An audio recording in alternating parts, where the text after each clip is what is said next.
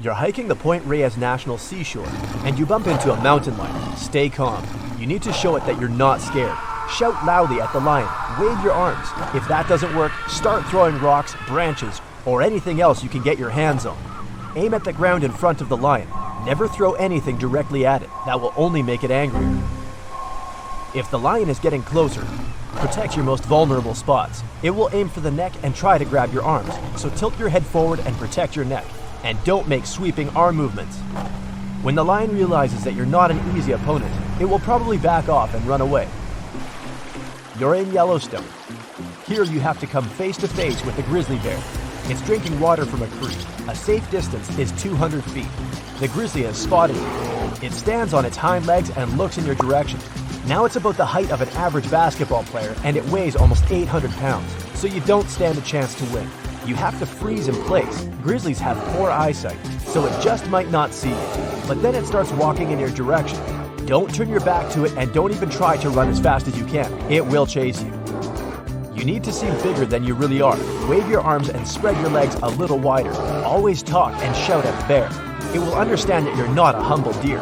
Try to make a clanking sound of metal. If you have food with you, don't throw it at the bear. Just put it on the ground and keep backing away while facing the bear. If it starts running towards you, your only chance is to fall to the ground and freeze. Bears aren't scavengers, so if it thinks you're not alive, it'll just sniff you, shrug, and walk away. Now you go diving on the Florida coast. You have to protect yourself from the great white shark. Never wear shiny and blinging jewelry when swimming. It attracts sharks. And never swim at night. This is when they go out looking for food. Lots of splashing water can also attract this marine predator. But if the shark swims towards you anyway, the rule here is 1.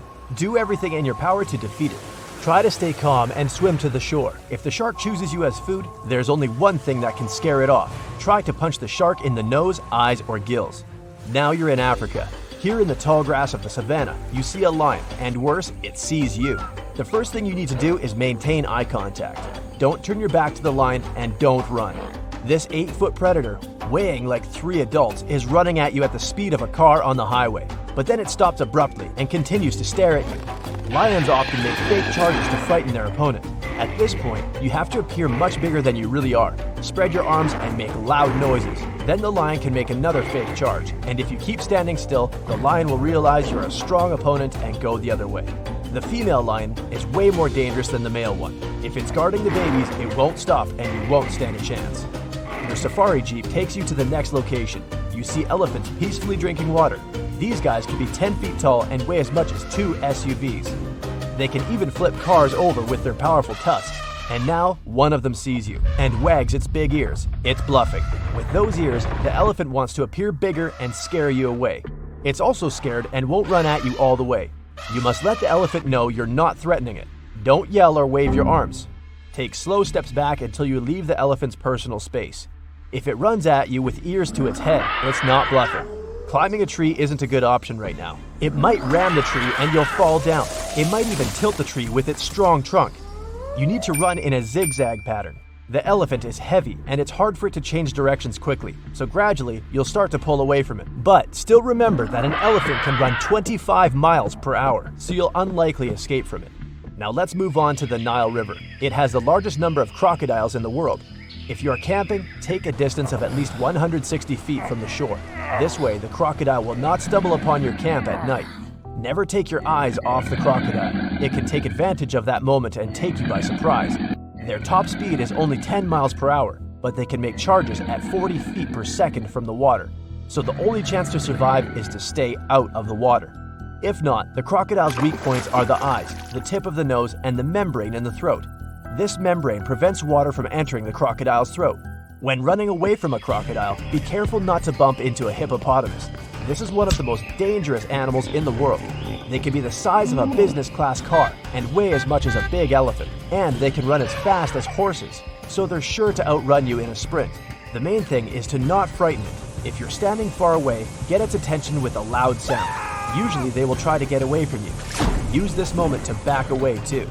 But if you see a hippo yawning, it's a sign that you're violating its comfort zone. They can open their mouth at 180 degrees and have the bite force of a crocodile, so you can't beat it and have to run.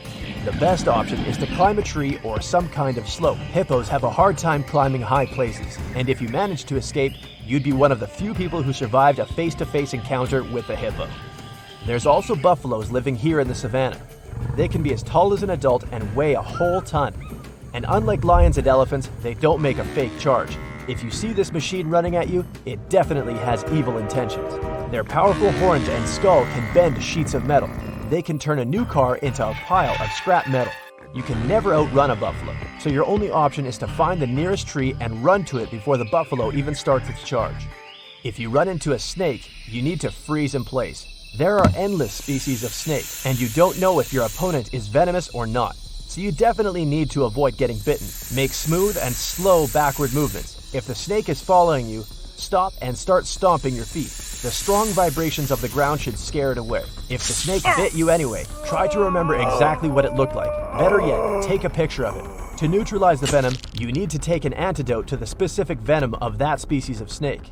You're on your way to Northeast Asia. As you're going through the dense jungle, you see a clearing. Several wild boars are peacefully grazing there. One of them is a female with several children. It'll do anything to protect them, so it's especially aggressive now. Oops, it spotted you. Get ready to defend yourself.